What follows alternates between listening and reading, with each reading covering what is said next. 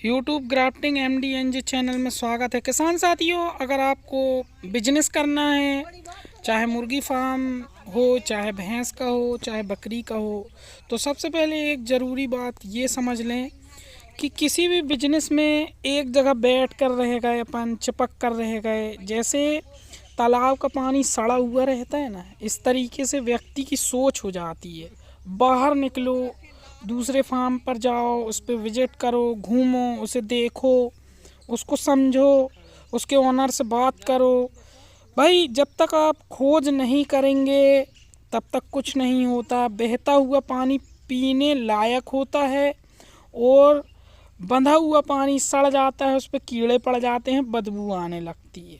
इसी तरीके से आप कोई भी बिजनेस कर रहे हैं तो उसकी नॉलेज लेने के लिए आपको बाहर जाना पड़ेगा।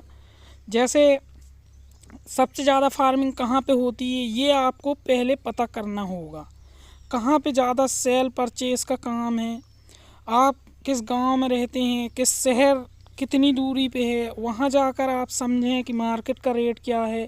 भाई, मैं फार्मिंग करना चाहता हूँ, कोई भी मुर्गी हो, आप चाहे आप बॉयलर पाल रहे हों, चाहे लेयर पाल रहे हों, या कि आप देसी गौरान पाल रहे हों, कोई भी मुर्गी आप पालते हैं तो आपको फार्मों पर जाकर, जहां बाज़ार है वहां पर आपको लोगों से पता करना पड़ेगा सबसे ज़्यादा यहाँ की कौन सी लोकप्रिय चीज़ है। बहुत से लोग टर्की पाल लेते हैं, फिर उनकी मुर्गियाँ बिकती नहीं हैं।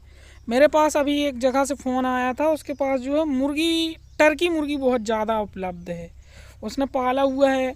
वो व्यक्ति जो है बेच नहीं पा रहा, सेल नहीं कर पा रहा। मैंने कहा भाई, आपने ऐसा ऐसा किया? कहने लगे नहीं।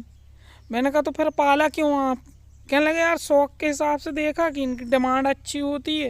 मैंने, ऐसा नहीं होता। किसी भी मुर्गी का आप फार्मिंग कर रहे हैं, आपको ये मालूम होना चाहिए मेरे क्षेत्र पे कौन सी ज़्यादा बिकती है। एक बंदा कड़कनाथ पाल लिया, उसकी सेल ही नहीं हो रही।